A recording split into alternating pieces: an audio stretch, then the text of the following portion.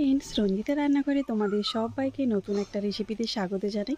তো ফ্রেন্ডস, আজকের রেসিপি ঝিঙে আলু আর ডাল বড়ার ঝোল। তো এই ঝিঙে আলু ডাল বড়ার ঝোলটা আমি কিভাবে বানাই সেটাই তোমাদের শেয়ার করব। তো আমি যেভাবে বানাই তো সেইভাবে তোমাদের বানিয়ে দেখাবো। তোমরাও পারলে এইভাবে একবার ট্রাই করতে পারো। তো চলো পুরো রেসিপিটা দেখো, আশা করি ভালো লাগবে।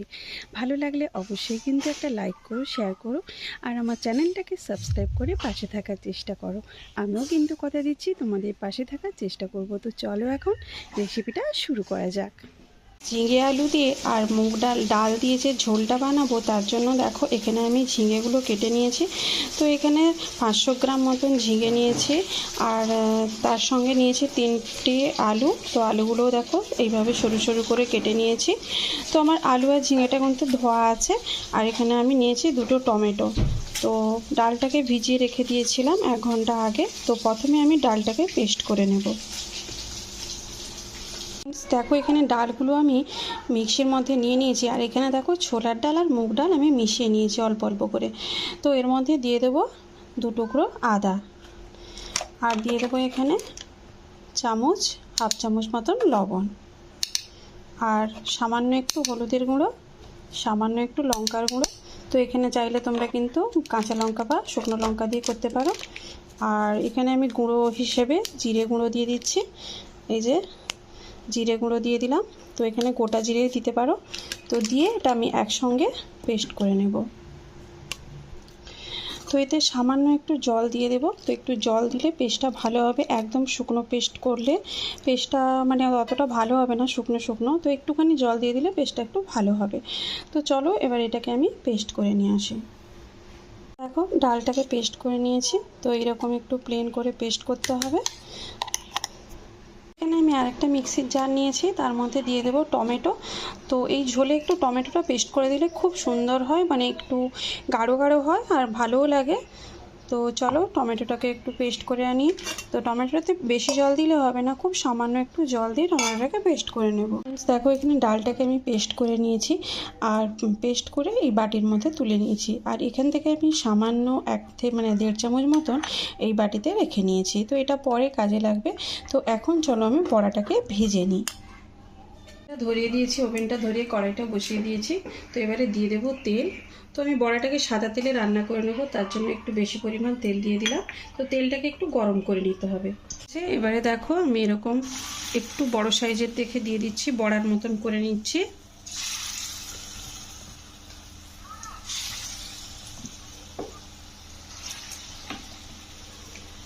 তো এইভাবে আমি 4টা মতন দিয়ে দিলাম। তো অল্প অল্প করে বড়াগুলো লাল লাল করে ভেজে নেব। বড়াগুলো কিন্তু লাল লাল করে ভাজা হয়ে গেছে। তো এবারে বড়াগুলো আমি তুলে নেব। তো এইরকমভাবে প্রত্যেকটা বড়া এরকম লাল লাল করে ভেজে নিতে হবে। তো দেখো ফ্রেন্ডস, এখানে কিন্তু সমস্ত বড়া ভাজা হয়ে গেছে। তো এবারে চলো রান্নাটা করি। তো বড়া ভাজার পরে অনেকটাই তেল বেশি হয়ে গেছে, তার মধ্যে আমি আরও একটু তেল অ্যাড করছি। তো এবারে তেলের মধ্যে প্রথমে দিয়ে দেব 2টো শুকনো লঙ্কা, আর দিয়ে দেব একটু তেজপাতা। তো এগুলো একটু ভাজা ভাজা করে নিতে হবে। তো এই নিরামিষে কিন্তু একটু তেজপাতা শুকনো লঙ্কা দিলে ফ্লেভারটা খুবই সুন্দর হয়। তো এগুলো একটু ভাজা ভাজা করে নিচ্ছি লাল লাল করে। এগুলো ভাজা হয়ে গেছে, প্রথমেই দিয়ে দেব আলু। তো আলুগুলোকে একটু ভেজে নিতে হবে প্রথমে একটু লাল লাল করে। আলুগুলো দিয়ে একটু নাড়াচাড়া করে দিচ্ছি।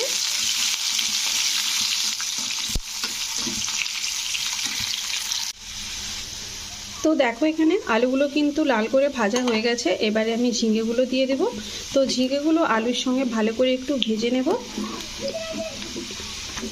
তো ঝিঙেগুলো দিয়ে একটু নাড়াচাড়া করে দিতে হবে, আর ভালো করে একটু ভাজার জন্য বা সেদ্ধ হওয়ার জন্য।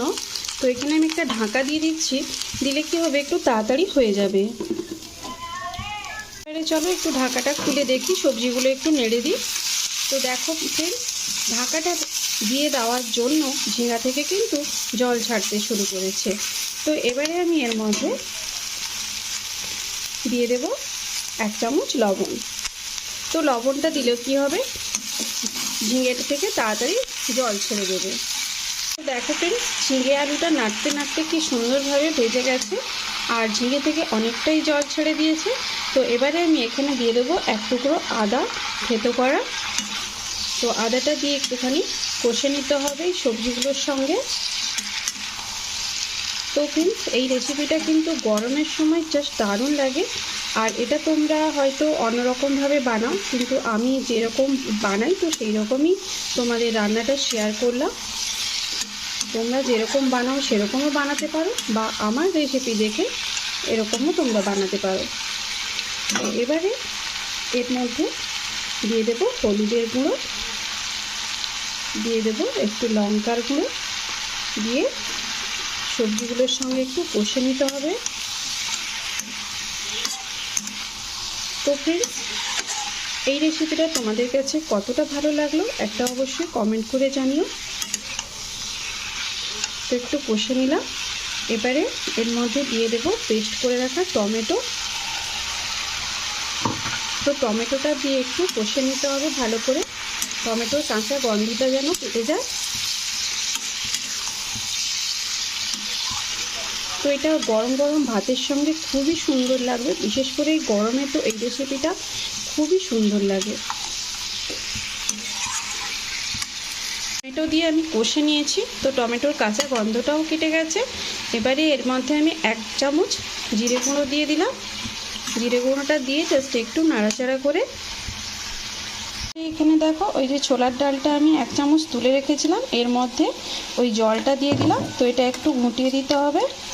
এই জলটা কিন্তু আমি ওই সবজির মধ্যে দিয়ে দেব।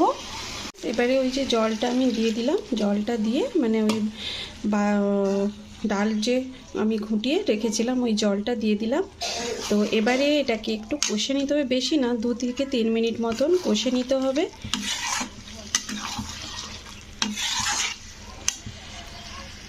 তো দেখো এটা 2 থেকে 3 মিনিট কষে নিয়েছি। তো সুন্দরভাবে সবজিগুলো কষা হয়ে গেছে। এবারে এর মধ্যে দিয়ে দেব জল। তো এই গ্লাসের আমি 1 গ্লাস জল দিলাম, তো আরও একটু জল অ্যাড করব এর মধ্যে। তো এতে আমি দিয়েছিলাম 1 গ্লাস জল, তো আরও একটু জল অ্যাড করলাম। তো এটা একটু ঝোলের মতন হবে, ভাতের সঙ্গে খাওয়া হবে যেহেতু, তো একটু পাতলা পাতলা মতন হবে। আর এই যে ডাল দেওয়া হয়েছে তার কারণে কিন্তু এতটা পাতলা হবে না, তবু একটু ঝোল থাকবে। তো এটা একটু ফুটিয়ে নিতে হবে, ফুটিয়ে মানে একটু ফুটে গেলে তারপরে কিন্তু আমি ওই ডালের বড়াগুলো দেবো। তরকারিটা কিন্তু ফুটে গেছে। তো এবারে আমি ওই ডাল বড়াগুলো এর মধ্যে দিয়ে দেব। তো ডাল বড়াগুলো দিয়ে মিনিমাম 5 মিনিট মতন ফুটিয়ে নিতে হবে, দিলে তরকারিটা আমার কমপ্লিট হয়ে যাবে। তো ফ্রেন্ডস, আমার দেখো সবজিটা কিন্তু মানে তরকারিটা ফুটে গেছে আর ডালগুলোও ফুটে গেছে, ডাল যে দিয়েছিলাম।